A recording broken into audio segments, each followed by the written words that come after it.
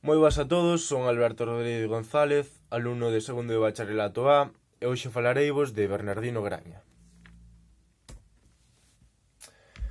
Ben, Bernardino Graña é un escritor galego que nace en Cangas do Morrazo no 1932. Estuda o bacharelato en Ribadavia e Vigo e, posteriormente, centra os seus estudos na filosofía e letras en Santiago de Compostela, onde colaborará con xornais como La Noche e, posteriormente, seguirá estes estudos en Madrid, onde formará parte, xunto con outros escritores, do grupo Brais Pinto, que defenden o antifranquismo e o idioma galego. Máis tarde será mestre en diversas cidades fora de Galicia. Logo volverá outra vez a Galicia e marchará ao Brasil e xa actualmente reside na súa terra natal, en Cangas do Morrazo, onde se xubilou. Ben, en canto á súa obra poética, o denominado poeta do mar, xa que a temática da súa poesía e da súa obra en xeral adoita ser sobre Cangas, sobre os seus habitantes e sobre o mar. Comezou a escribir con tan só 12 anos grazas á influencia do seu pai, que tamén se chamaba Bernardino Graña e escribía en xornais.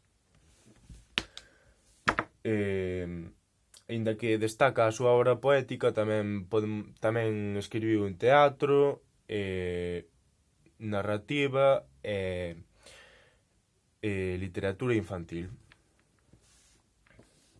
A súa primeira obra, que se titula Poema do home que quixo vivir, trata a despreocupación formal. É unha das obras máis importantes da literatura galega.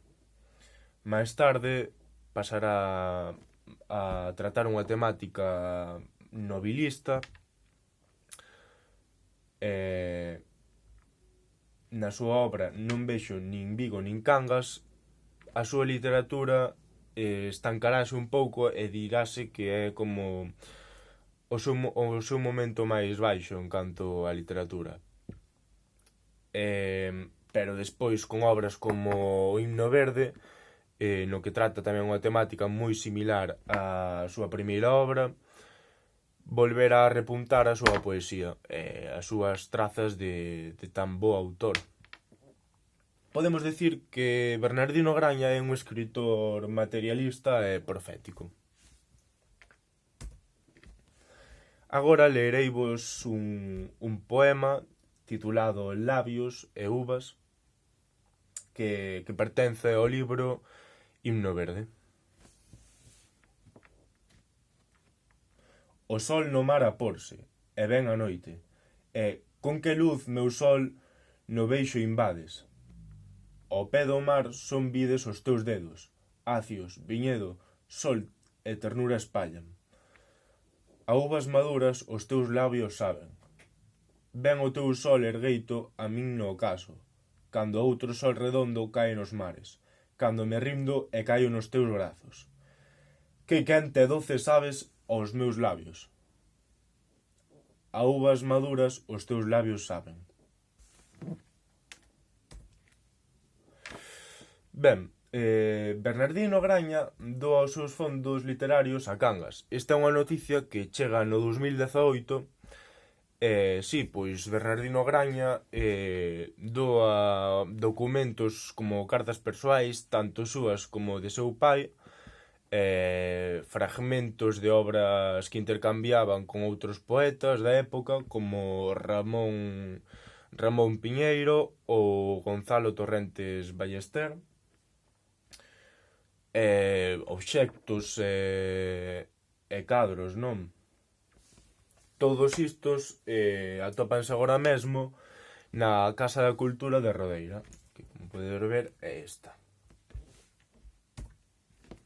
Actualmente, Bernardino Graña está xubilado, ten 84 anos e reside nunha residencia por motivos de enfermidade que se atopa na súa cidade, na súa terra natal, Cangas do Morrazo.